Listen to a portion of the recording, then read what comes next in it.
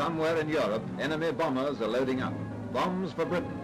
Ju-88s to rain destruction on your country, your home, your friends, perhaps even your children. And if you don't first spot them, how will you stop them?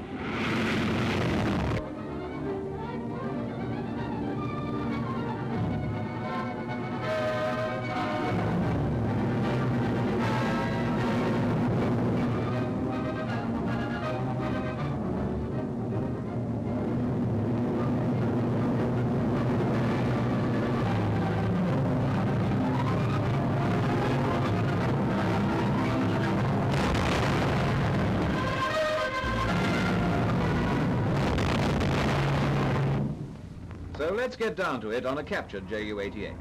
First impression, that bulbous glazed nose, two long engines in line with it, and the typical German fuselage, long and slim.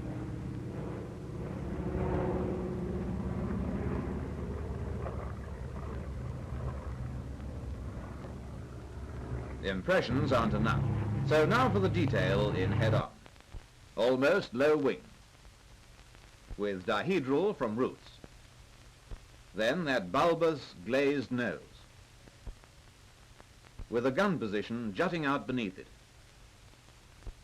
And perhaps most important of all, those large underslung engines. For recognition purposes, call them radial. That's the dope in head-on then.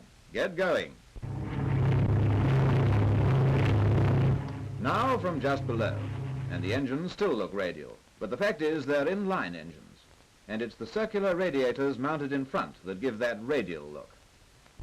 And see the wings, how the taper to narrow tips gives a pointed appearance at this angle. Make a mental note too that the jutting gun position below the nose destroys the low wing effect which you saw in head-on. But he's an 88 all right, and no mistake. Once we get him against the sky, the wing plan shows up well. That's no ordinary shape. See the break in the wing taper and the curve to the wing tips. Long engines in line with the nose, and you've got the Ju-88. If you want to make assurance doubly sure, take in the forward position of the tailplane, making the fin and rudder stick out a mile. As dive bomber or level bomber, he normally has 4 external bomb racks. Here only 2 are fitted. The others should be there and there. That is detail within the outline, but useful as an extra clue to recognition. The 88 has been adapted for fighting as well as for bombing, and he's as fast as he's slim.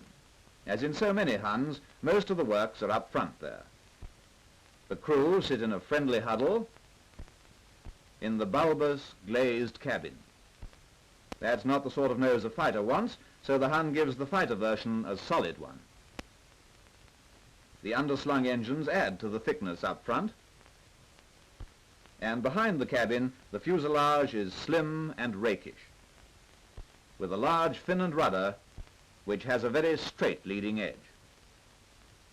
Unmistakable, those lines, a gift in side view too. Good camouflage spoils the top view of the wing plan, but you can still say Ju-88 because of the long engines in line with the nose and that tail unit. See the width of that tailplane, and don't miss its taper and narrow chord. But even more important than its shape is its position in relation to the large single fin and rudder. So top view too, he's a sitter. More camouflage trouble here, but you can still see quite clearly the jutting engines, the glazed nose and cabin, the straight back, and the tail unit that belongs to the Ju-88. So much for the detail then. On your way, Nazi.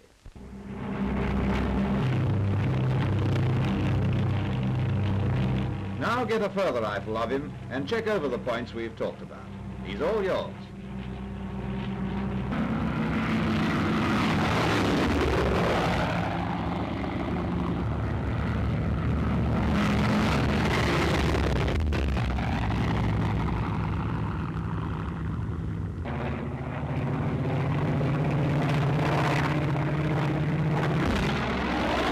our captured Hun peels off back to his hangar. But that isn't the end of it. Oh, no. The enemy is on the job, but so are men who know their recognition.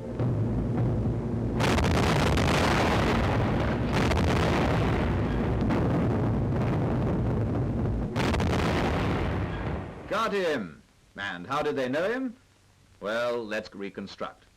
Those long radial engines, and a bulbous nose in line with them, a wing which tapers to narrow tips, a slim fuselage, and a tailplane well forward of the fin and rudder. Ju-88. He's asking for it. He's had it.